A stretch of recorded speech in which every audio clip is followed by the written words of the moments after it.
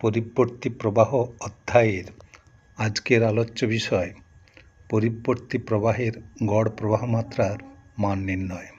তার মধ্যে আলোচ্য বিষয়গুলি হল পরিবর্তী প্রবাহ মাত্রার পূর্ণচক্রে গড় প্রবাহ মাত্রার মান নির্ণয়, পরিবর্তী প্রবাহ মাত্রার পূর্ণচক্রের ধনাত্মক অর্ধচক্রে গড় প্রবাহ মাত্রার মান নির্ণয়, পরিবর্তী প্রবাহ মাত্রার পূর্ণচক্রে ঋণাত্মক অর্ধচক্রে গড় প্রবাহ মাত্রার মান নির্ণয়, আধানের ধারণা থেকে পরিবর্তী প্রবাহ মাত্রার পূর্ণচক্রের ধনাত্মক অর্ধচক্রে গড় প্রবাহ মাত্রার মান নির্ণয়, পরিবর্তী গড় প্রবাহ মাত্রার রাশিমালা তুলনা করে পরিবর্তী গড় তড়িৎচালক বলের রাশিমালা নির্ণয়। RKJ physics touch by Rajat Kanti জানা। অল্টারনেটিং কারেন্টে গড় প্রবাহ মাত্রা। অল্টারনেটিং কারেন্টটা সময়ের সাপেক্ষে পরিবর্তনশীল হয়, তাই আমরা একটা গড় প্রবাহ মাত্রার ধারণা আনতে চাই। লেখচিত্রটা সময়ের সাপেক্ষে জানা আছে সাইন কার্ভ হয়। গড় প্রবাহ মাত্রাটা আই অ্যাভারেজ বা এখানে লেখার নিয়মটা হচ্ছে আই বার। গড় নির্ণয় করতে হয় কখন? যখন পরিবর্তনশীল হতে থাকে তখনই গড় নির্ণয় করতে হয়। আমরা এই লেখচিত্রে দেখতে পাচ্ছি এই সময়ে যে কারেন্টটা হবে এই সময় তার থেকে একটু কারেন্ট বেশি, এই সময়টা তার থেকে বেশি, এই জায়গাটা সবচেয়ে কারেন্টের মানটা বেশি আই জিরো। তারপরে আবার যত সময় যাচ্ছে তত কারেন্টের মানটা কমতে আছে, আবার এদিকে নেগেটিভ দিকে কারেন্টের মান বাড়তে আছে, এই জায়গাটায় আবার নেগেটিভ দিকে সবচেয়ে বেশি কারেন্ট হবে, আবার কারেন্টের মান কমতে কমতে জিরো হবে। তা আমরা লেখচিত্র থেকে কিভাবে এই গড় মানটা বের করব?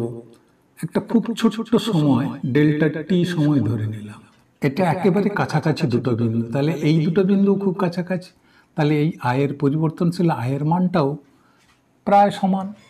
তাহলে আমরা বলতে পারি ডেল্টা টি সময়ে এইটুকু সময়ে সমস্ত কারেন্টগুলোর যোগফল এইটা। এবার এটাকে যদি আমরা টোটাল সময়টা দিয়ে ভাগ করে দেই তাহলে আমরা কি পেয়ে যাব? গড় কারেন্ট পেয়ে যাব। তবে এটাকে আমরা এবার নির্ণয় করব জিরো সময় থেকে টি সময় পর্যন্ত পূর্ণ সাইকেলের গড় প্রবাহ মাত্রা। তাহলে এখানে একটা ইন্টিগ্রেশন চিহ্ন দিতে হবে, তার লিমিটটা হবে জিরো থেকে টি, এই টোটাল টাইমেরও জিরো থেকে টি। এইটা কি হবে? আই অ্যাভারেজ হবে। এই কারেন্টটা সময়ের সাপেক্ষে পরিবর্তনশীল, আর সেই মানটা আমরা বসে দিলাম। যে কোনো মুহূর্তের কারেন্টটা সমান হচ্ছে তার maximum current into sine omega t. এই মানটা আমরা এখানে আয়ের জায়গায় বসিয়ে দিলাম। এবার এটার ইন্টিগ্রেশন হবে minus cos omega T by omega, ওমেগার জায়গায় আমরা বসিয়ে দিলাম টয়েস পাই বাই টি। এবার আপার লিমিট এই টিটা বসালাম, মাইনাস এইটার মান জিরো, এই টি কেটে গেলে এটা হচ্ছে কস টয়েস পাই। তা কসের ক্ষেত্রে জিরোতে প্লাস ওয়ান, 180 ডিগ্রিতে অপোজিট দিকে মাইনাস ওয়ান, কস 90 ডিগ্রিতে যদি জিরো হয় তাহলে কস 270 ডিগ্রিতেও তার অপোজিট দিকে জিরো হবে। তাহলে এখানে কস টুয়াইস পাই মানে এই পাই 360 ডিগ্রিতেও প্লাস ওয়ান হলো, আর মাইনাস কস জিরোতেও ওয়ান, তাহলে ওয়ান মাইনাস ওয়ান সমান জিরো। তাহলে আমরা কি পাচ্ছি? পূর্ণ সাইকেলে গড় মানটা জিরো পাচ্ছি। তাহলে অ্যাভারেজ কোনো কারেন্ট আমরা পাচ্ছি না। তার কারণ আমরা লেখচিত্রের নেচারটা থেকেই বোঝা যাচ্ছে এর প্রথম অর্ধে এই সময়ে যতটা পজিটিভ কারেন্ট ঠিক এখান থেকে ঠিক অতটা সময় নেগেটিভ দিকে ঠিক ততটা কারেন্ট আছে। সুতরাং এদিকে মোট পজিটিভ কারেন্ট যায়, এদিকে মোট নেগেটিভ কারেন্টটাও তাই। তার ফলে জিরো থেকে টি সময় এই পূর্ণ চক্রে আমরা টোটাল কারেন্টটা জিরো পাবো, সেই জন্য অ্যাভারেজটা জিরো হবে। তা আমাদের তাহলে অ্যাভারেজ মানটা পেতে গেলে তাহলে হয় পজিটিভ অর্ধের দরুন অথবা নেগেটিভ অর্ধের দরুন কি করতে হবে? অ্যাভারেজের মানটা বের করতে হবে। Zero two T by two অথবা টি বাই টু থেকে টি, উভয় ক্ষেত্রেই আমরা একই রেজাল্ট পাবো। আমরা এই প্রথম পজিটিভ অর্ধের দরুন বের করেই দেখা যাক, আর এটা তোমরা নিজেরা দেখে নেবে, দেখবে একই মান পাওয়া যাবে।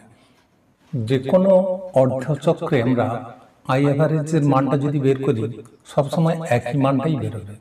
আমরা এই প্রথম অর্ধচক্রের ক্ষেত্রে ধরলাম 0 থেকে t/2, এখানেও লিমিটটা হলো 0 থেকে t/2। তা এই টোটাল টাইমে আই ডিটির ইন্টিগ্রেশন নিলাম, তা সেটাই হবে আই অ্যাভারেজ। তা এখানে 0/t2 আর আই এর মানটা সময়ের সাপেক্ষে পরিবর্তনশীল, এসি প্রবাহ মাত্রার মানটা বসিয়ে দিলাম I0 sin ওমেগা টি। তা ওর ইন্টিগ্রেশন হবে cos omega T by omega, ওমেগার জায়গায় 2π/t, আর এর আপার লিমিট হচ্ছে t/2। এই টি কেটে যাবে, 2 কাটবে, তাহলে শুধু থাকবে cos π। তা cos π এর মানটা কত? cos π এর মানটা হচ্ছে -1, তাহলে এখানে -1, আর cos 0 এর মান 1, 2/πI0। এটা কেবল প্রথম অর্ধের দরুন নয়, এই নেগেটিভ অর্ধের দরুনও যদি আমরা বের করি এই একই রেজাল্ট আমরা পাবো। পরের অর্ধ চক্রের জন্যও যদি আমরা হিসাব করি একই পাবো।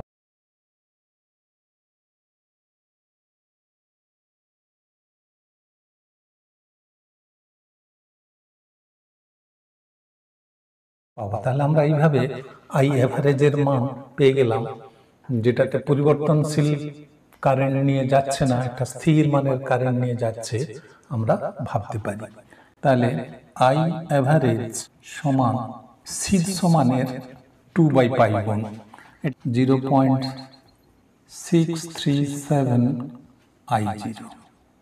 এবার কারেন্টের ক্ষেত্রে যা হবে, আমাদের ভোল্টেজ দিয়ে করলেও একই হবে, ভি দিয়েও কার্ভটা একই হয়, এসি ভোল্টেজও সময়ের সাপেক্ষে পরিবর্তনশীল,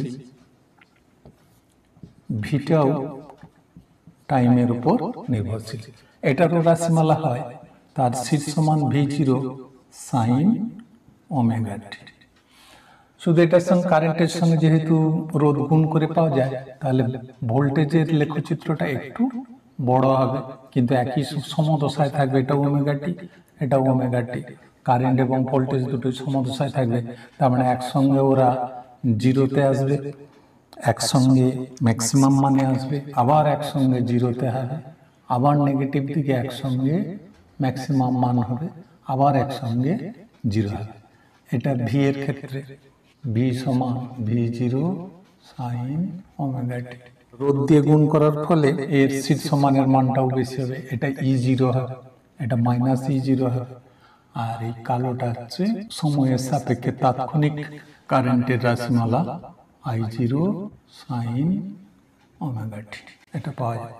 তাহলে এর ক্ষেত্রেও একই রকম ইন্টিগ্রেশন হবে, ইন্টিগ্রেশনের ফলে ভোল্টেজের অ্যাভারেজ মানটা আসবে শীর্ষ মানের 2/π গুণিতক দশমিক করলে 0.637 গুণিতক অফ ভোল্টেজের শীর্ষ মান। এটা কারেন্টের ক্ষেত্রে অ্যাভারেজ কারেন্ট, আর এটা হচ্ছে অ্যাভারেজ ভোল্টেজ। এবার আমরা অল্টারনেট কারেন্টের ক্ষেত্রে গড় প্রবাহ মাত্রার মানটা বের করব আধানের ধারণা থেকে। পরিবর্তনশীল কারেন্ট নিয়ে ডেল্টা টি সময়ে যে পরিমাণ আধান প্রবাহিত হবে, একটা স্থির মানের বা অ্যাভারেজ মানের কারেন্ট ওই একই সময়ে গিয়ে যদি একই পরিমাণ আধান যায়, তাহলে ওই স্থির মানের প্রবাহ মাত্রাটাকেই আমরা কি বলবো? গড় প্রবাহ মাত্রা। তাহলে গড় প্রবাহ মাত্রা আই অ্যাভারেজ, এইটা নিয়ে ডেল্টা টি সময়ে যে পরিমাণ আধান প্রবাহিত হবে সেটাকে যদি আমরা ডি কিউ ধরি, কারণ আমরা জানি আধান সমান কারেন্ট ইনটু সময়। এইটা সমান হতে হবে পরিবর্তনশীল কারেন্ট নিয়ে, যেটা হচ্ছে এসি তাৎক্ষণিক প্রবাহ মাত্রা, ওই একই সময়ে একই পরিমাণ যেন আধান প্রবাহিত হয়। তাহলে এটা হলো স্থির মানের কারেন্ট, অ্যাভারেজ কারেন্ট ডেল্টা টি সময়ে যে পরিমাণ আধান প্রবাহিত হচ্ছে, এটা যা হবে পরিবর্তনশীল কারেন্ট নিয়ে ওই একই ডেল্টা টি টাইমে যেন একই পরিমাণ আধান প্রবাহিত হয়। এবার টোটাল আধানটা প্রবাহিত হচ্ছে অর্ধ চক্রে যদি আমরা বের করি, যে কোনো অর্ধ চক্রে একই রেজাল্ট বেরোবে। আমরা 0 থেকে t/2 সময় ধরব, উভয় পক্ষে ইন্টিগ্রেশন করলাম। যে অর্ধ চক্রে যে পরিমাণ তড়িৎ প্রবাহিত হয়ে যাচ্ছে সেটাকে যদি আমরা কিউ ধরে নেই, তাহলে এর ইন্টিগ্রেশনটা কিউ হবে। কিউ সমান এর আই বারটা যেহেতু স্থির মানের, আই বারটা বাইরে আসবে, এর ইন্টিগ্রেশন টি হবে। এবার এটা সময় সাপেক্ষে পরিবর্তনশীল, এইটার মান আমরা জানি আই জিরো সাইন ওমেগা টি, তাহলে ওইটা বসিয়ে দেই। এবার আই জিরোটা যেহেতু স্থির মানের শীর্ষ মান, ওটা বাইরে আনলাম, sine omega T integration cos omega T by omega minus একটা থাকবে, সে মাইনাস আই জিরো আর ওমেগাটাকে আমরা বাইরে আনলাম, এনে এবার শুধু কস ওমেগা টির উপর আমরা আপার লিমিট লোয়ার লিমিটের মানটা বসালাম, ওমেগার জায়গায় টোয়াইস পাই বাই টি বসালাম, এবারে টি এর জায়গায় upper limit T by two বসালাম minus lower limit cos 0 degree বসালাম। এবার এইটার মান টি টি কেটে যাবে, আর এই টু কেটে যাবে, তার থাকবে শুধু কস পাই। কস পাই এর মান কত? -1। কস পাই এর মান হচ্ছে -1, আর এদিকে কস জিরোর মানটা হচ্ছে 1, তাহলে -2 হলো, এই মাইনাসের সঙ্গে গুণ করলে +2 I zero by twice pi by t, এই টু কেটে গেল, তাহলে I zero t by pi. তাই এটা যদি আমরা এখানটা বসাই, আই বার মানে I average t by two সমান ওই মানটা বসালাম উভয় পক্ষের, এই টিটা কেটে গেল, তাহলে আই বার সমান 2 by pi into I zero. এইটাই হচ্ছে আই অ্যাভারেজের রাশিমালা, যেটা আমরা ম্যাথমেটিক্যালি গ্রাফ থেকেও যা পেয়েছিলাম, এখানে আমরা আধানের ধারণা থেকেও একই রাশিমালা পেলাম। Thank you for watching.